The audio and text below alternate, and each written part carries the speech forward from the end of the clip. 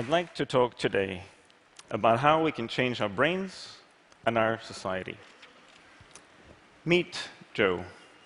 Joe's 32 years old and a murderer. I met Joe 13 years ago on the Lifer Wing at Wormwood Scrubs High Security Prison in London. I'd like you to imagine this place. It looks and feels like it sounds. Wormwood Scrubs. Built at the end of the Victorian era by the inmates themselves, it is where England's most dangerous prisoners are kept. These individuals have committed acts of unspeakable evil, and I was there to study their brains. I was part of a team of researchers from University College London on a grant from the UK Department of Health. My task was to study a group of inmates who had been clinically diagnosed as psychopaths. That meant they were the most callous and the most aggressive of the entire prison population. What lay at the root of their behavior? Was there a neurological cause for their condition? And if there was a neurological cause, could we find a cure? So I'd like to speak about change, and especially about emotional change. Growing up, I was always intrigued by how people change. My mother, a clinical psychotherapist, would occasionally see patients at home in the evening. She would shut the door to the living room, and I imagined magical things happened in that room. At the age of 5 or 6, I would creep up in my pajamas and sit outside with my ear glued to the door. On more than one occasion, I fell asleep, and they had to push me out of the way at the end of the session. And I suppose that's how I found myself walking into the secure interview room on my first day at Wormwood Scrubs. Joe sat across a steel table and greeted me with this blank expression. The prison warden, looking equally indifferent, said, "Any trouble, just press the red buzzer and we'll be around as soon as we can." I sat down, the heavy metal door slammed shut behind me. I looked up at the red buzzer far behind Joe on the opposite wall. I looked at Joe.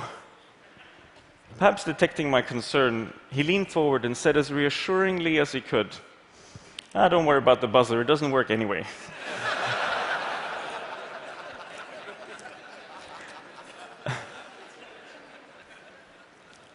Over the subsequent months, we tested Joe and his fellow inmates,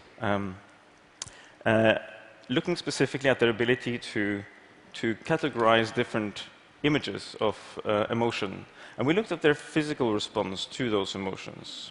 So, for example, when most of us look at a picture like this of somebody looking sad, we instantly have a slight, measurable physical response, increased heart rate, sweating of the skin. Whilst the psychopaths in our study were able to describe the pictures accurately, they failed to show the emotions required. They failed to show a physical response. It was as though they knew the words, but not the music of empathy. So we wanted to look closer at this, to use MRI to image their brains. That turned out to be not such an easy task. Imagine transporting a collection of clinical psychopaths across central London in shackles and handcuffs in rush hour. And in order to place each of them in an MRI scanner, you have to remove all metal objects, including shackles and handcuffs, and as I learned, all body piercing. After some time, however, we had a tentative answer. These individuals were not just the victims of a troubled childhood. There was something else. People like Joe have a deficit in a brain area called the amygdala. The amygdala is an almond-shaped organ deep within each of the hemispheres of the brain. It is thought to be key to the experience of empathy. Normally, the more empathic a person is, the larger and more active their amygdala is. Our population of inmates had a deficient amygdala, which likely led to their lack of empathy and to their immoral behavior. So let's take a step back. Normally, acquiring moral behavior is simply part of growing up, like learning to speak.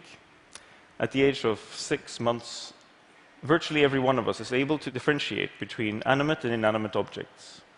At the age of 12 months, most children are able to imitate the purposeful actions of others. So, for example, your mother raises her hands to stretch and you imitate her behavior. At first, this isn't perfect. I remember my cousin Sasha, 2 years old at the time, looking through a picture book and licking one finger and flicking the page with the other hand. Licking one finger and flicking the page with the other hand. Bit by bit, we build the foundations of the social brain so that by the time we're 3, 4 years old, most children, not all, have acquired the ability to understand the intentions of others. Another prerequisite for empathy. The fact that this developmental progression is universal, irrespective of where you live in the world or which culture you inhabit, strongly suggests that the foundations of moral behavior are inborn. If you doubt this, try, as I've done, to renege on a promise you've made to a 4-year-old. You will find that the mind of a 4-year-old is not naive in the slightest. It is more akin to a Swiss Army knife, with fixed mental modules finely honed during development and a sharp sense of fairness. The early years are crucial. There seems to be a window of opportunity, after which mastering moral questions becomes more difficult, like adults learning a foreign language. That's not to say it's impossible. A recent wonderful study from Stanford University showed that people who played a virtual reality game in which they took on the role of a good and helpful superhero actually became more caring and helpful towards others afterwards. Now, I'm not suggesting we endow criminals with superpowers, but I am suggesting that we need to find ways to get Joe and people like him to change their brains and their behavior for their benefit and for the benefit of the rest of us. So, can brains change? For over 100 years, neuroanatomists and later neuroscientists held the view that after initial development in childhood, no new brain cells could grow in the adult human brain. The brain could only change within certain set limits. That was the dogma.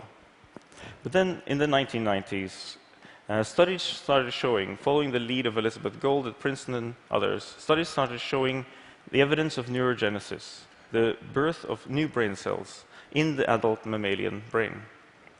First in the olfactory bulb, responsible for our sense of smell, then in the hippocampus, involved in short-term memory, and finally in the amygdala itself. In order to understand how this process works, I left the psychopaths and joined a lab in Oxford, specializing in learning and development. Instead of psychopaths, I studied mice because the same pattern of brain responses appears across many different species of social animals. So, if you rear a mouse in a standard cage, shoebox essentially with cotton wool, alone and without much stimulation, not only does it not thrive, but will often develop strange, repetitive behaviors. This naturally sociable animal will lose its ability to bond with other mice, even becoming aggressive when introduced to them. However, mice reared in what we called an enriched environment, a larger habitation with other mice, with wheels and ladders and areas to explore, demonstrate neurogenesis, the birth of new brain cells. And as we showed, they also perform better on a range of learning and memory tasks. Now, they don't develop morality to the point of carrying the shopping bags of little old mice across the street. But their improved environment results in healthy, sociable behavior. Mice reared in a standard cage, by contrast, not dissimilar, you might say, from a prison cell, have dramatically lower levels of new neurons in the brain. It is now clear that the amygdala of mammals, including primates like us, can show neurogenesis. In some areas of the brain, more than 20% of cells are newly formed. We're just beginning to understand what exact function these cells have, but what it implies is that the brain is capable of extraordinary change way into adulthood. However, our brains are also exquisitely sensitive to stress in our environment. Stress hormones, glucocorticoids, released by the brain, suppress the growth of these new cells. The more stress, the less brain development, which in turn causes less adaptability and causes higher stress levels. This is the interplay between nature and nurture in real time, in front of our eyes.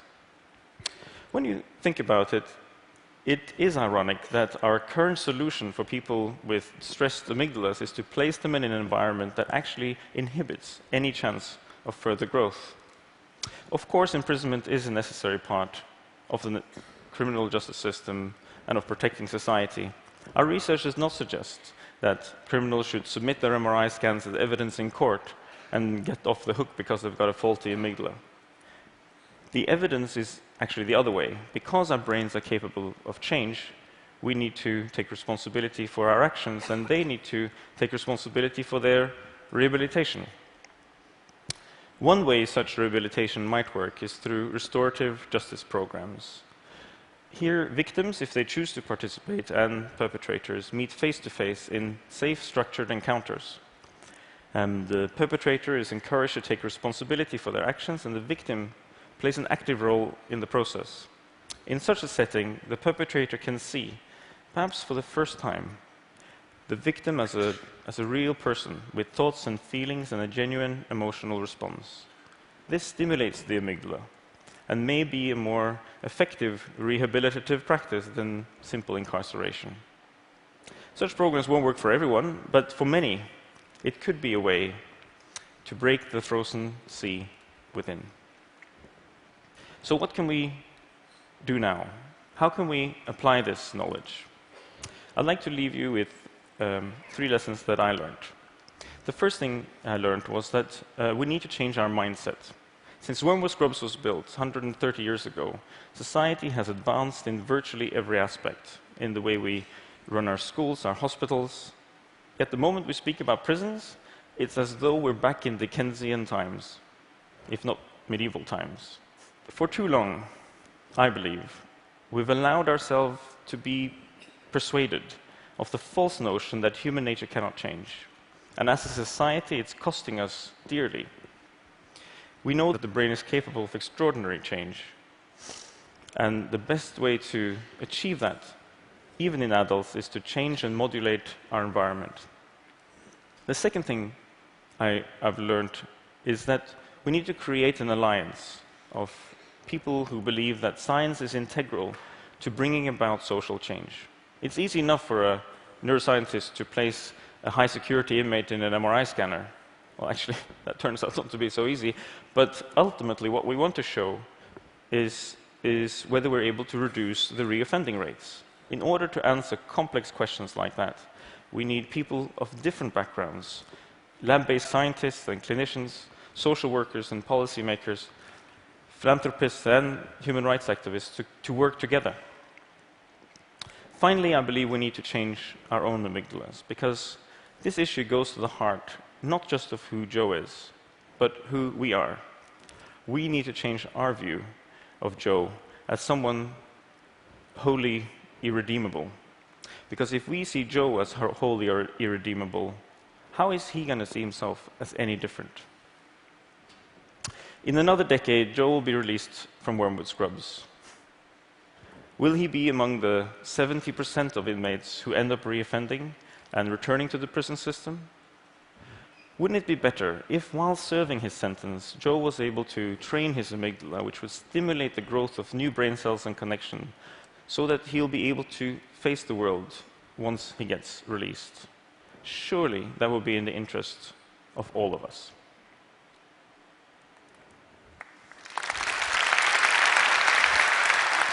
Thank you.